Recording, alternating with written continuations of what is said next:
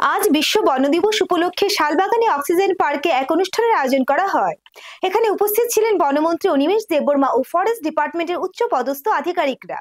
বিশ্ব বন দিবস উপলক্ষে শালবাগান অক্সিজেন পার্কে আয়োজিত অনুষ্ঠানে বক্তব্য রাখতে গিয়ে বনমন্ত্রী অনিমেষ দেববর্মা দিবসটিকে আনুষ্ঠানিক নির্ভরতা না করে জনসচেতনতার বৃদ্ধির লক্ষ্যে আরও ব্যাপক কর্মসূচি গ্রহণ করার জন্য দপ্তরের আধিকারিক ও অন্যান্য কর্মকর্তাদের প্রতি আহ্বান জানিয়েছেন।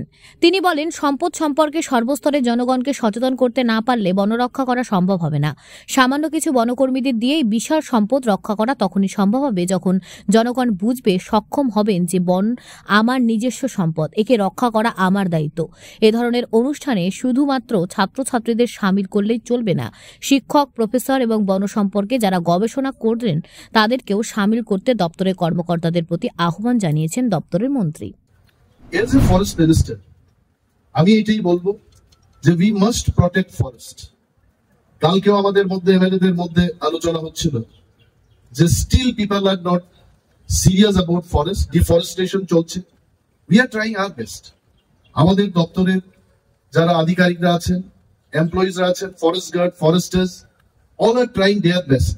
কিন্তু তারপরেও লক্ষ লক্ষ মানুষ যেখানে সচেতন হবেন না, এই 100, 200, 300 লোক দিয়ে বন সংরক্ষণ করা, বনকে গার্ড দেওয়া, এটা সম্ভব না।